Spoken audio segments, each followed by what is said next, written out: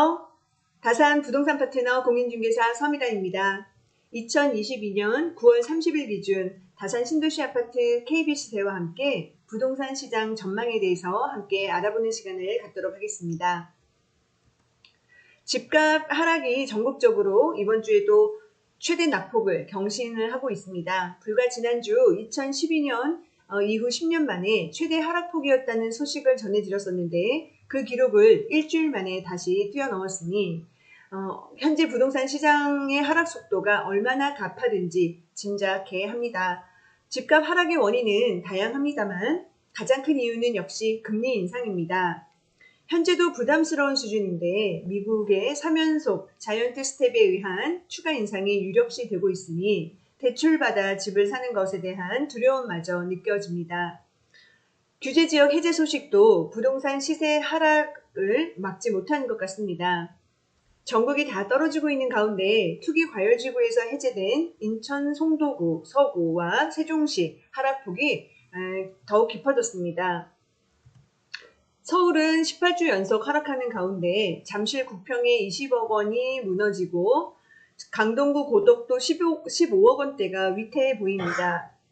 이 가격대가 오면 매수에 나서겠다던 대기자도 막상 목표가가 오니 한 발 빼는 모습인데요. 우선 하락세가 진정이 되어야 심리가 회복을 할 것 같습니다.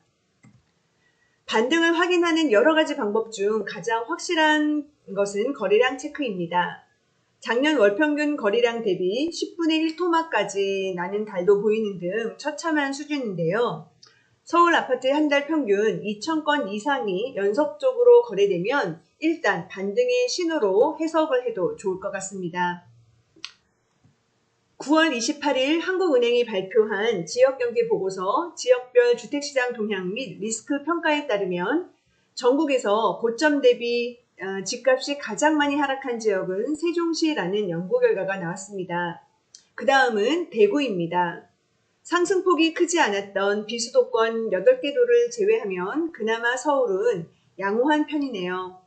이 보고서는 향후 1년간 주택가격 하방 리스크도 분석을 했는데 경기도가 1위였습니다. 다만 경기권에는 워낙 다양한 지역이 포진이 되어 있으므로 단순히 도 단위로 묶는 것은 적절해 보이지 않습니다. 직접적으로 지역명을 언급하기는 좀 그렇지만 거품이 낀 곳과 실수요가 받쳐주는 곳을 구분하여 보는 것이 좋겠습니다. 다산 신도시는 어떨까요? GTX 같은 재료로 급등을 한 지역은 분명히 아닙니다. 2018년 첫 입주 이후 차근차근 시세가 상승한 곳으로 내년 지하철 8호선 개통이라는 빠르고 확실한 호재가 있는 곳이라 일정 가격에서는 하방 경직성이 나타날 것입니다. 먼저 이번 주 KB시세표를 함께 보시죠.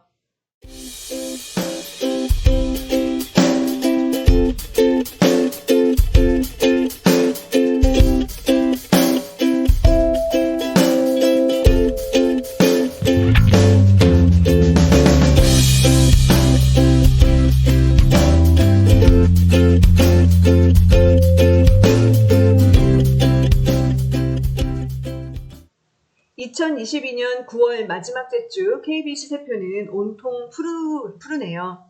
전국적인 하락폭이 거세지고 경기 침체 우려와 물가 상승, 금리 인상 등 죄다 우울한 소식뿐이니 다산 신도시라고 하락장에서 예외가 아님을 확인할 수 있는 결과물입니다.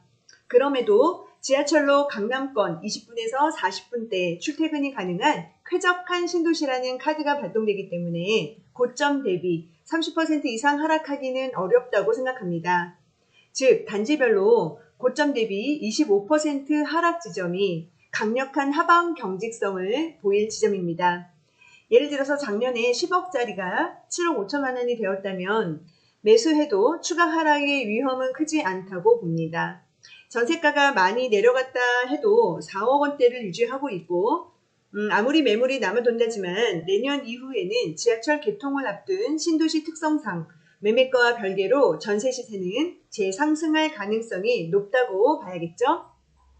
한편 지난주 부동산 뉴스에서 가장 큰 이슈는 재건축 부담금 합리화 방안 발표였습니다.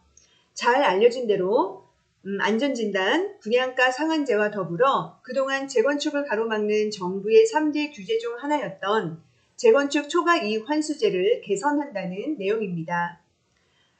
재건축 초과 이익 환수제는 주택 재건축을 통해 집값이 크게 올랐을 경우 일정 금액을 국가가 환수하는 제도입니다. 사유재산을 침해한다는 반론이 끊이지 않는 가운데 정부의 집값 급등을 막는 강력한 카드로 2006년부터 사용되었습니다. 말 그대로 완전 폐지가 아닌 합리화 방안이기 때문에 그동안 부동산 상승기를 이끌었던 재건축 아파트 단지에 당장 매수세가 붙기는 힘들어 보입니다.